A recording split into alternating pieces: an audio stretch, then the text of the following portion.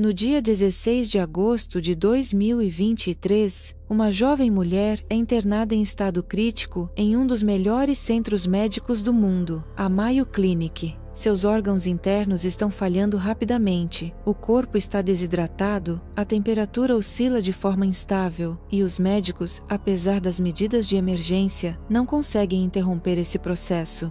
Beth Bowman, uma farmacêutica bem-sucedida que sempre cuidou da própria saúde, de repente se vê à beira da vida e da morte. Seus colegas estão em choque. Ontem ela estava cheia de energia e hoje os médicos lutam desesperadamente para salvá-la, sem entender com o que estão lidando. Os diagnósticos vão sendo descartados um após o outro. Os exames não trazem respostas claras e o estado dela piora rapidamente. O que poderia ter destruído tão rapidamente o organismo de uma mulher jovem e saudável?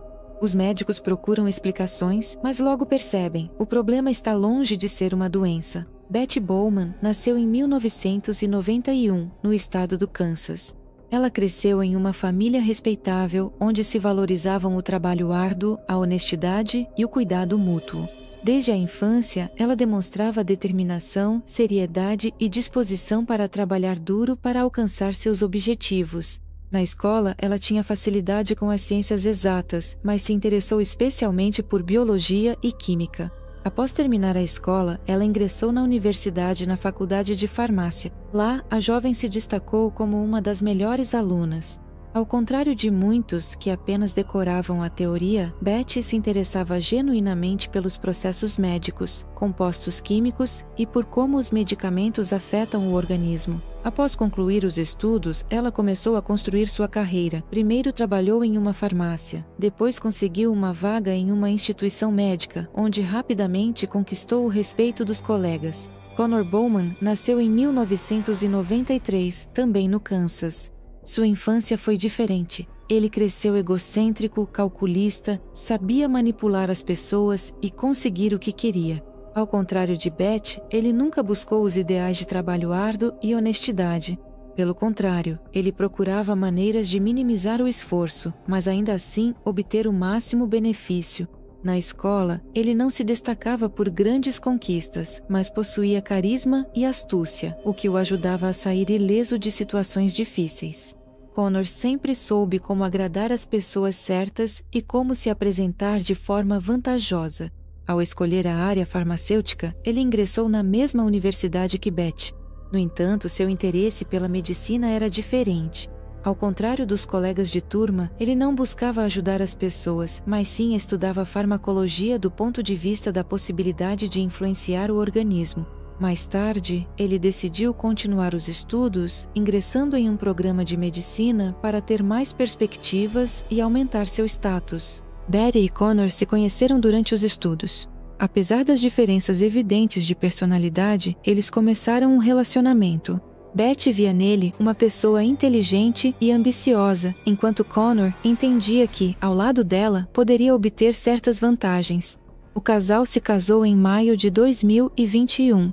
Alguns meses depois, Beth recebeu uma oferta de trabalho em uma das clínicas mais prestigiadas do mundo, a Mayo Clinic, e o casal se mudou para Minnesota. Isso foi um passo significativo em sua carreira, mas para Connor isso significava outra coisa. Ele acabou ficando à sombra da esposa bem-sucedida.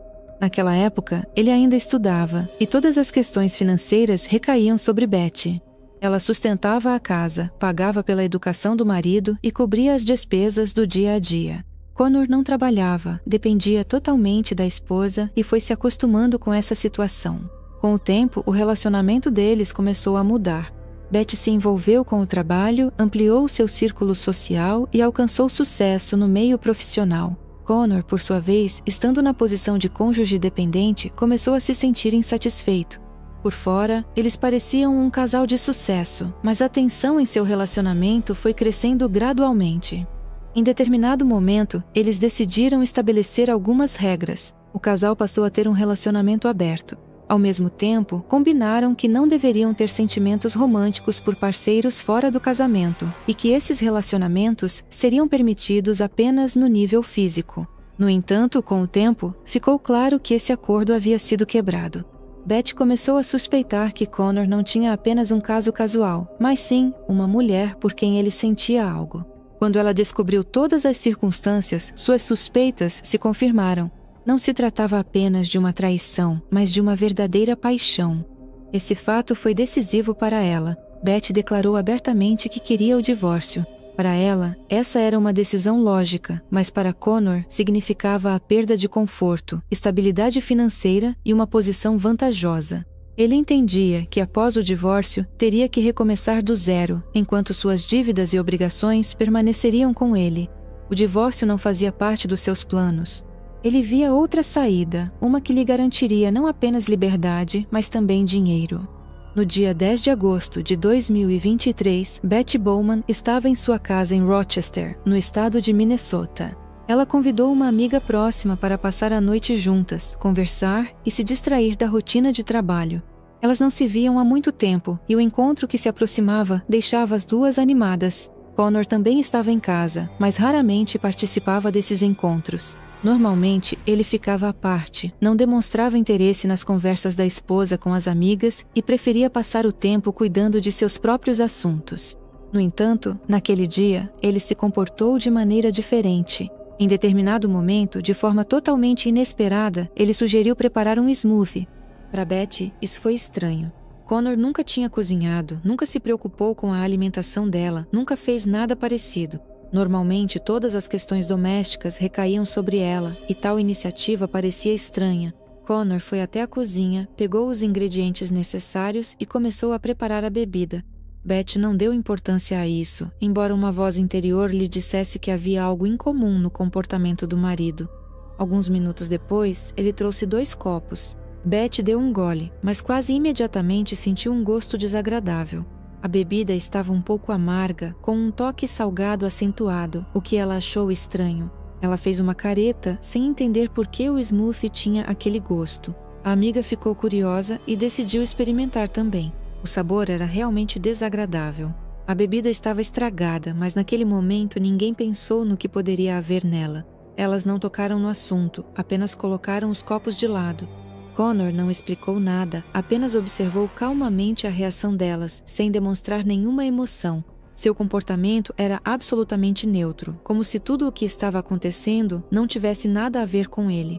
Ele não se ofereceu para refazer a bebida, não tentou explicar o gosto estranho, nem demonstrou qualquer interesse pelo fato de a bebida estar imprópria. Beth logo esqueceu esse incidente, decidindo que a bebida simplesmente não tinha dado certo. No entanto, alguns dias depois, ficou claro que aquilo não tinha sido uma simples coincidência. Aquela foi a primeira tentativa de envenenamento, que fracassou apenas porque ela não tomou o smoothie inteiro. Connor percebeu que havia cometido um erro. Agora ele precisava garantir que da próxima vez fosse a última. No dia 14 de agosto de 2023, na casa dos Bowman em Rochester, Minnesota, tudo parecia normal. Beth voltou do trabalho tarde da noite, sentindo-se cansada após um dia intenso. Ela passou longas horas no laboratório, discutindo com colegas novas pesquisas farmacêuticas. Ao voltar para casa, ela planejava descansar um pouco, jantar e ir dormir mais cedo. Connor sabia que aquele dia seria decisivo para ele. A primeira tentativa, alguns dias atrás, não teve sucesso. A dosagem foi pequena demais e o sabor suspeito demais. Ele tirou conclusões e agora pretendia agir com mais cautela. Desta vez, ele se preparou melhor. Durante o dia, ele estudou o efeito da substância adicionada no organismo, calculando qual dose poderia causar um agravamento do estado, mas sem matar imediatamente. Ele escolheu o momento em que Beth estava cansada e não prestava muita atenção aos detalhes. Quando ela entrou na cozinha, ele lhe ofereceu um smoothie para beber. Isso parecia natural, já que nos últimos dias ele já vinha fazendo algo parecido. Ele agiu de maneira descontraída, sem dar motivos para suspeitas. Beth pegou o copo, deu alguns goles e terminou a bebida calmamente. Desta vez, o sabor não lhe causou dúvidas, pois Connor pensou melhor na composição, mascarando cuidadosamente o gosto. À noite, Beth começou a sentir fraqueza. Seu corpo ficou letárgico com uma leve dor de cabeça. Isso não lhe pareceu algo sério, então ela não deu importância. No dia 15 de agosto, seu estado piorou. A manhã começou com uma forte dor de cabeça, náusea e fraqueza. Mais tarde surgiram diarreia e vômito. O corpo perdia líquidos, mas cada novo gole de água provocava uma nova crise. Ao meio-dia, o estado continuava a piorar. Beth mal conseguia se levantar da cama, o corpo ficava pesado, a temperatura subiu e apareceu dor nos músculos. À noite, a fraqueza aumentou tanto que até ir ao banheiro se tornou um problema. O organismo estava desidratado, as crises de vômito continuavam. As tentativas de comer qualquer coisa só resultavam em novo agravamento. No dia 16 de agosto, ela percebeu que não conseguia mais lidar sozinha. O corpo estava tão exausto que até mesmo uma simples ligação telefônica exigia esforço. Ela entrou em contato com a Mayo Clinic e explicou a situação. No mesmo dia, Beth Bowman foi internada na clínica em estado crítico. Seu organismo estava desidratado, a pressão instável, a temperatura elevada. Os médicos iniciaram imediatamente uma avaliação abrangente, mas a causa da piora repentina do estado de saúde permanecia desconhecida. Os exames iniciais mostraram sérias alterações no funcionamento dos órgãos internos. A maior preocupação era com o intestino. Durante o exame foi detectado tecido necrótico. Isso significava que parte do intestino havia deixado de receber oxigênio suficiente e começara a morrer. Foi tomada urgentemente a decisão de realizar uma intervenção cirúrgica. Durante a cirurgia, os médicos removeram a área afetada, mas o processo de necrose poderia continuar e não se sabia se o organismo conseguiria se recuperar. Após a intervenção, a paciente foi levada para a UTI e conectada a aparelhos, porém seu estado continuava a piorar. Algumas horas depois, os rins começaram a falhar. Os médicos conectaram um aparelho de hemodiálise, mas isso não impediu a piora progressiva. Até o dia 18 de agosto, surgiram problemas no fígado. Os exames mostraram um aumento acentuado das enzimas hepáticas, o que indica uma lesão tóxica. O estado crítico da paciente causava perplexidade na equipe médica. Beth era uma mulher jovem e saudável, sem doenças crônicas. Ninguém conseguia explicar por que seu organismo estava se deteriorando tão rapidamente. Nesse período, Connor Bowman demonstrou uma insistência incomum. Ele repetidamente dizia aos médicos que sua esposa supostamente tinha uma doença genética rara. Esse diagnóstico era estranho, como a doença se manifesta na infância e a Beth nunca teve problemas desse tipo. Os médicos verificaram os dados, mas não encontraram nenhuma confirmação da presença dessa doença. Apesar disso, Connor continuava afirmando que foi justamente essa doença que causou o estado crítico.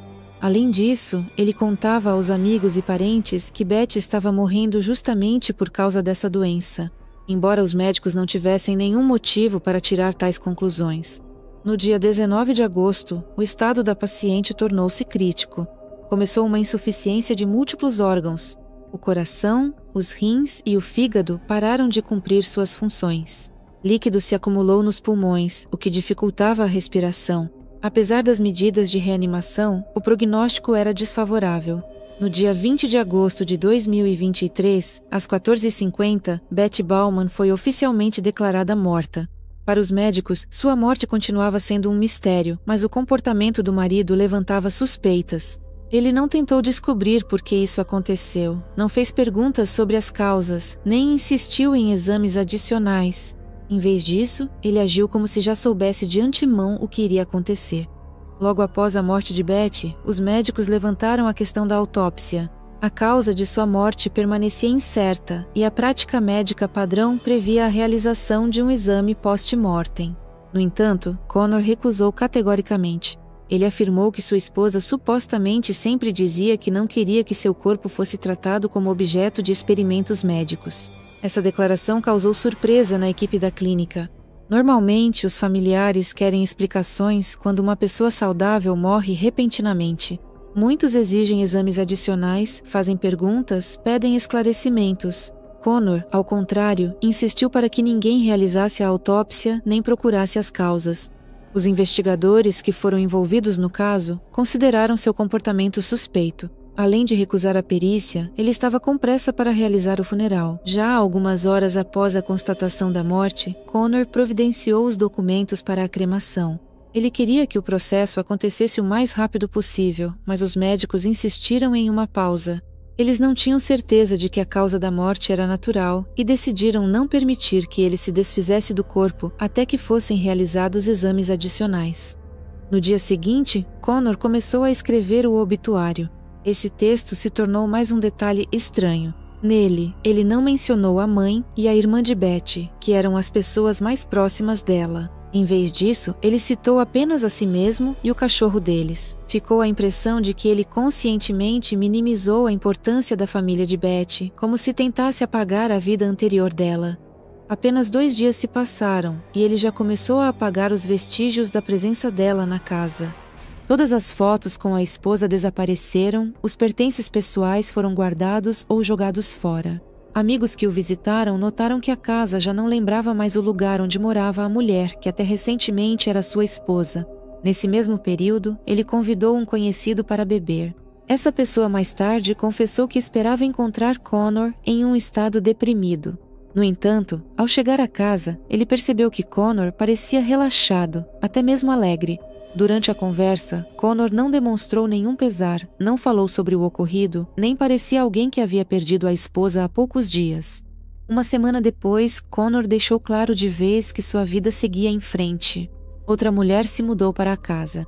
A nova namorada rapidamente ocupou o lugar onde até recentemente morava Betty. Isso foi um choque para os parentes e amigos da falecida. Esse comportamento não apenas levantou questões, ele indicava que a morte da esposa não foi uma surpresa para Connor.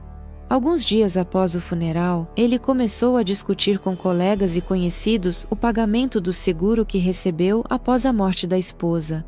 O valor era de $500 mil. Ele falava sobre isso sem arrependimento ou tristeza. Em seu tom não havia luto. Ele não dizia que preferiria ter a esposa de volta em vez do dinheiro. Pelo contrário, dava a impressão de estar satisfeito com essa circunstância. Muitos conheciam Betty, a respeitavam como profissional e gostavam dela. Amigos e conhecidos esperavam que seu marido estivesse em estado de choque, mas em vez disso, ele parecia calmo. Alguns dos que ouviram suas conversas notaram que ele falava sobre o pagamento do seguro como se não fosse uma tragédia, mas sim a solução para seus problemas financeiros. Os investigadores que começaram a analisar o caso se interessaram pela situação financeira dele. Logo ficou claro que Connor tinha dívidas consideráveis. Ainda durante os estudos, ele contraiu grandes empréstimos que continuaram a se acumular. Sua situação era instável.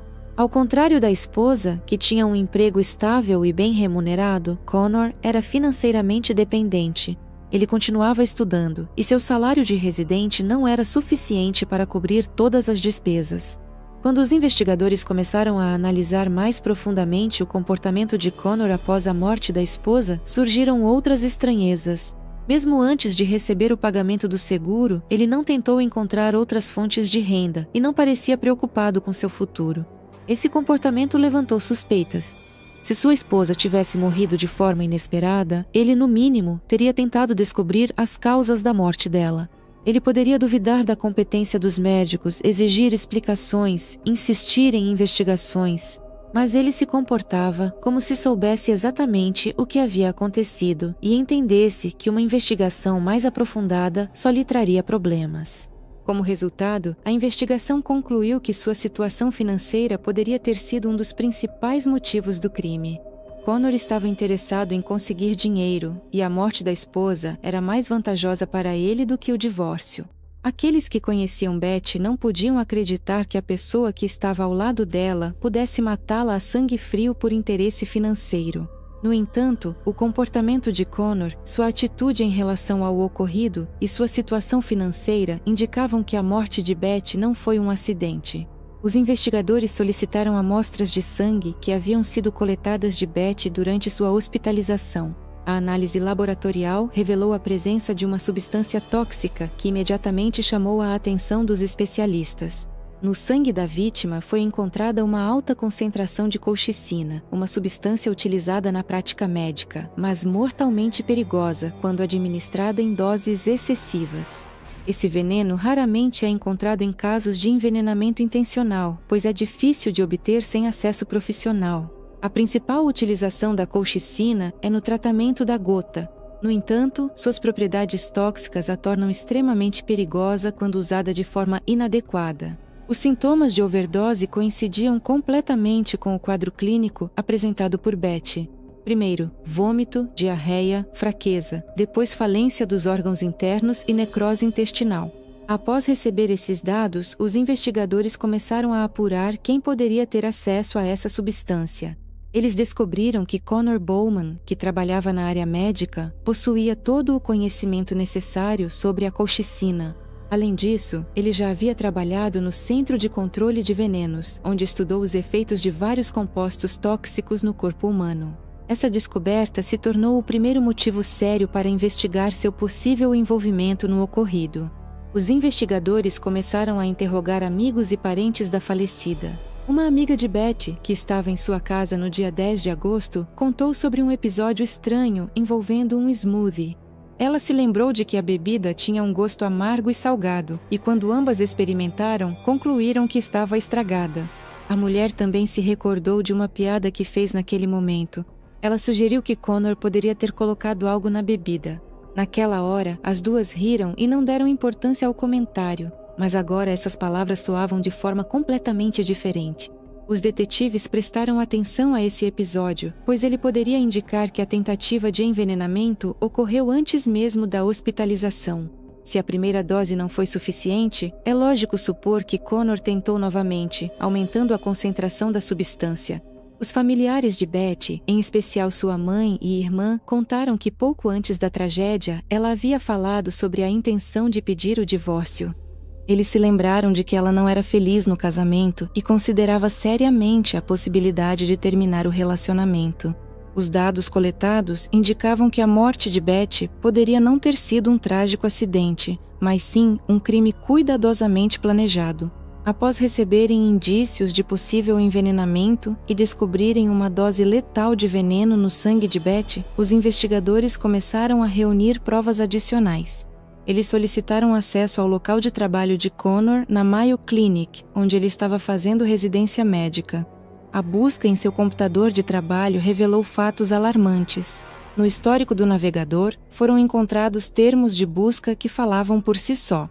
Entre eles estavam as seguintes frases: dose letal de colchicina, como esconder vestígios de veneno, como a polícia rastreia o histórico de buscas, é possível ocultar registros de compras na Amazon.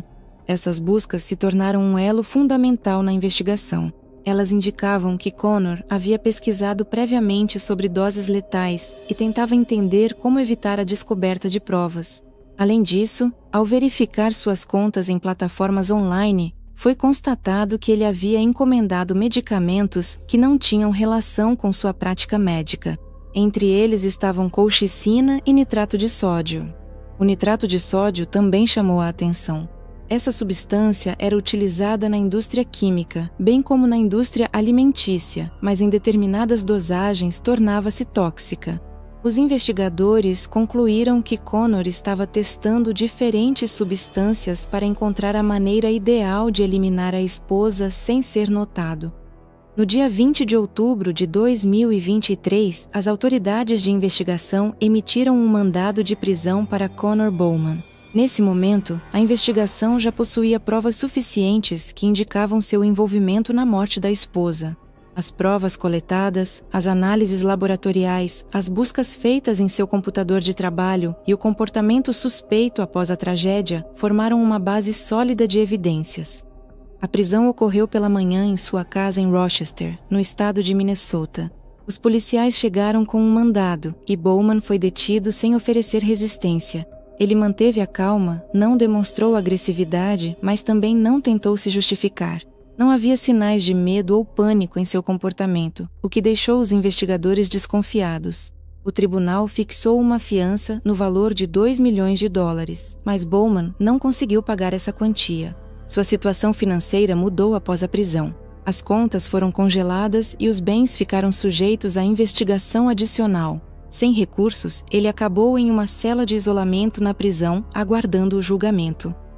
A investigação continuava a coletar provas adicionais para compor um quadro completo do crime. Paralelamente, era realizado um trabalho com seu círculo próximo, colegas e conhecidos. Foram analisadas correspondências, operações bancárias e possíveis motivos financeiros. O processo estava apenas começando, mas já nesta fase estava claro: Connor Bowman não conseguiria escapar da justiça. Após a prisão de Connor, a família e os amigos de Betty exigiram a punição máxima. Para eles, não restava dúvida de que sua morte foi resultado de um crime cuidadosamente planejado. Eles insistiam em prisão perpétua, acreditando que uma pessoa capaz de cometer um assassinato tão frio não deveria jamais ter a chance de sair em liberdade. A investigação continuava trabalhando no caso, reunindo provas adicionais. Os promotores já tinham em mãos uma série de provas irrefutáveis que comprovavam a culpa do acusado. Em breve, esperava-se o início do julgamento e a acusação preparava materiais que deveriam consolidar definitivamente sua posição no tribunal. Para a família da vítima, o processo de espera era doloroso. Eles não conseguiam aceitar a ideia de que a pessoa que esteve ao lado de Betty por tantos anos foi a causa de sua morte. Sua mãe e sua irmã não encontravam paz ao perceberem que Betty confiava em alguém que planejou friamente seu assassinato. Eles se lembravam de como ela compartilhava com eles seus pensamentos sobre o divórcio, de como dizia que não queria mais ficar ao lado de Connor, e não conseguiam acreditar que essa situação terminou de forma tão terrível. Os amigos de Betty também não ficaram indiferentes. Muitos deles atuaram como testemunhas no caso, fornecendo informações importantes que ajudaram a investigação. Eles apoiavam a família e exigiam uma punição severa.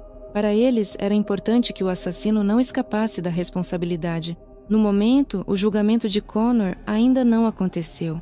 Após sua prisão em 20 de outubro de 2023, as autoridades continuam reunindo provas e se preparam para o processo judicial. A data de início do julgamento ainda não foi marcada.